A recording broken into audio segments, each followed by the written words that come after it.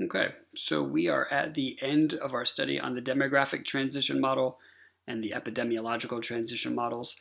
We look today into stage 5, which, as you can definitely agree, sounds kind of intense, especially after our conversation from Tuesday.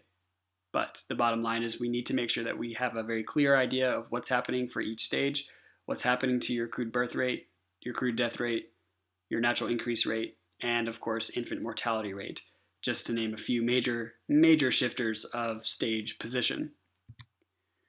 We've been working a lot to model and graph the DTM slash ETM. And the biggest thing that I've continued to push for all of you is to always reflect on your indices. We want to think a lot about what's happening to the natural increase rate. How does that rate translate over to CBR and CDR?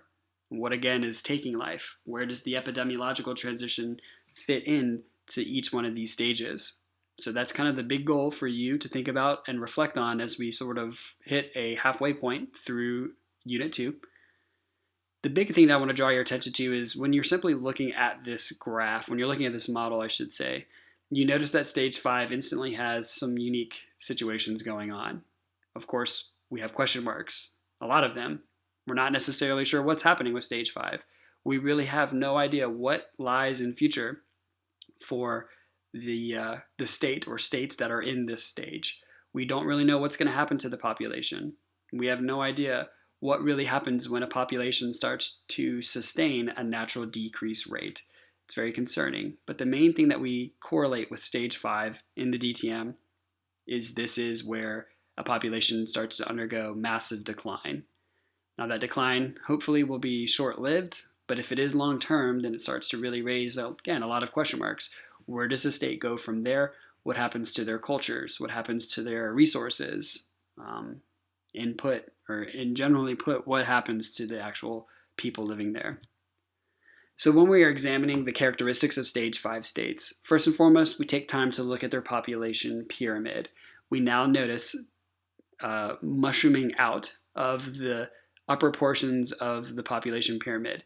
Our group of people who are working, of course, are going to be quite massive here, but what we see here is this huge section of your middle-aged individuals will simply grow older and older. And if we see a decline in our youth, then we are going to start to wonder, will there be enough people reborn to continue this state? And that's what raises some very high concerns. Your eventual dependency ratio is going to be quite massive. All of these individuals will eventually retire. Who is going to carry the workload for the entire state? It will be very difficult for this small number of young people to then become middle-aged and take care of such a huge population of elderly people. So our birth rates are falling quite heavily.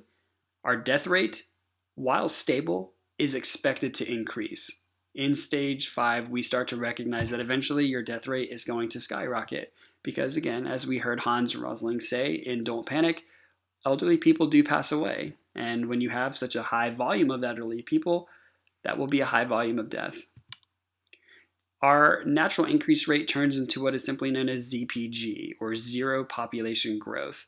Then it will become the NDR, or the natural decrease rate, which raises again some very significant red flags.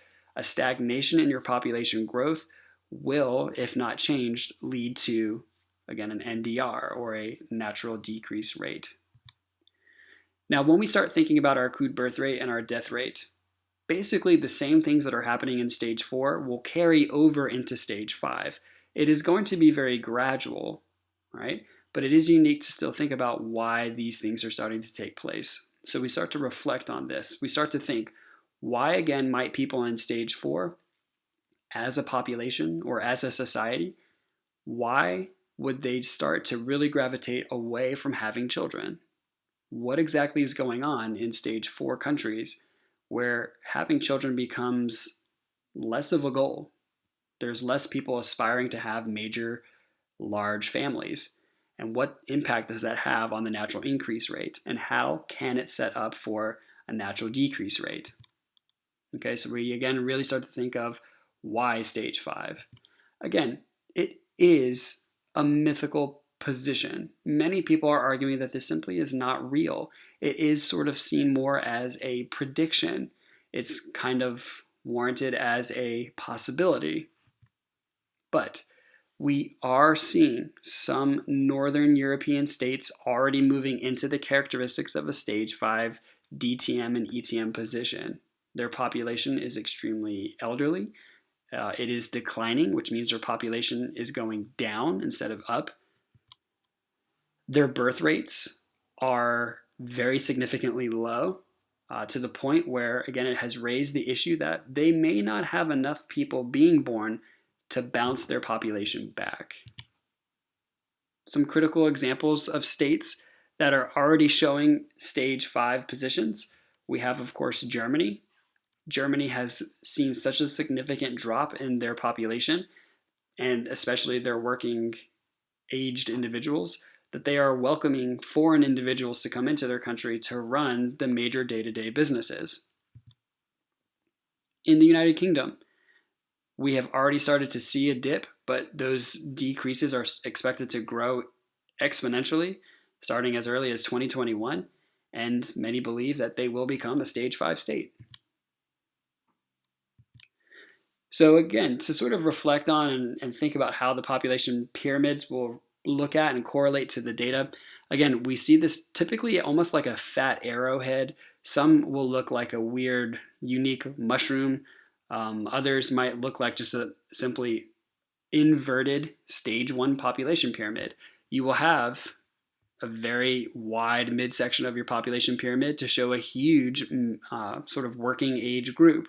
I don't want to call it middle class because that's not what this means, but basically your cohort of individuals in their upper 20s throughout their 60s and 70s and 80s and beyond, they're going to have a significant position in the population. But over time, we start to see where this radiates, it moves.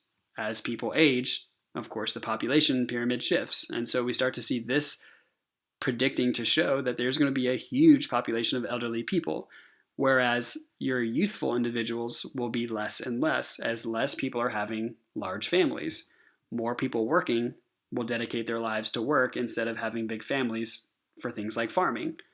Therefore, we're going to see less children being born. And if less children are being born, as they age and they start moving into work, they may not have enough ability to work because they're taking care of so many elderly people, which means their time is going to be taken away from having big families, and therefore your population starts to decline. So again, looking at some of the projections of what's going on, we use Japan as probably the best example of a stage 5 state happening right now, other than Northern Europe. You want to really think about Japan with its extremely high life expectancy. You also see its very, very significant population figure in general. But by 2050, you can see the invertedness of this population pyramid, where it went from a huge number of youthful individuals to now very, very small. In fact, it's so unique that in Japan, most people don't want to have children. They dedicate their lives to their work.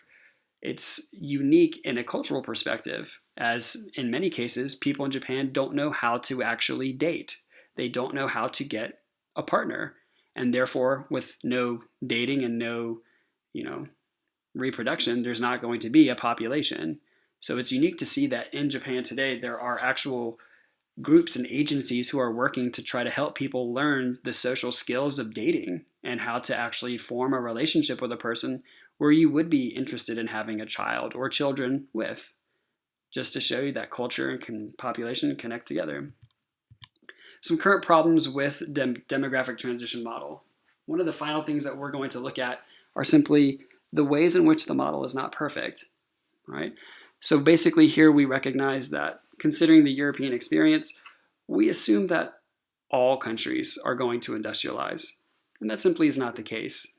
Even though we know that the Industrial Revolution did initially start in Great Britain and spread out into the United States and other countries, it is not going to be the only measurement in which a country can elevate from stage 1 to stage 2. Okay? We can also represent that the reducing growth rate can happen even though wealth may not be the key reason why people have less kids. Just because a country or a group of individuals grows very wealthy, that doesn't mean they're not going to have children. In fact, in many cases, it's the opposite. Wealth creates large families because that family is able to afford healthcare. They're able to afford daycare. And therefore, to them, having a large family is less of a burden because they have the money to do so. We have to again appreciate that many states feel stuck in their stage, and therefore this is not going to be a consistent, timely practice where states elevate their position in the DTM and the ETM. Some states just feel or look like they are proverbially stuck in their position in this sort of quasi-poverty could be developed if they just make a few more changes that never seem to happen. The main thing that we must appreciate is that this is not an exact science. This is just a consideration of the data. It is up to you to be that person who considers the data and determines for yourself what exactly does that picture show. So we must appreciate that for the second half of our 20th century, we have witnessed massive population increase, just again as you've witnessed in our Don't Panic documentary. Many countries would quickly move through stages 1 to 4, like we see in Great Britain or Japan or Germany or France or even the United States. However, we must appreciate that again, there are no countries in stage 1. Still, we just see tribes or uncontacted tribes surviving in stage 1 practices with the crude birth rate and death rate figures, right? And there are only a few core states that are in stage 4. Therefore, we must appreciate there are a significant numbers of countries and states around the world that still remain in stages 2 or 3. Some are very high level 3 and could eventually, here within the next 10 years, 5 years even, achieve a stage 4 status. But it takes time, and things happen and change that can impact the state, or stage of a state, I should say. So we must appreciate that realistically, your position and your opinion on stage 5 is really no different than any of the other stages. Change happens with the data. So that is it for today. If you have any questions, please email me, reach out. I know it's kind of unique to have a pre-recorded lecture, but that's what happens when you have to call in for the day. I do miss all of you, and I hope you're having a great time, and I will talk to you later.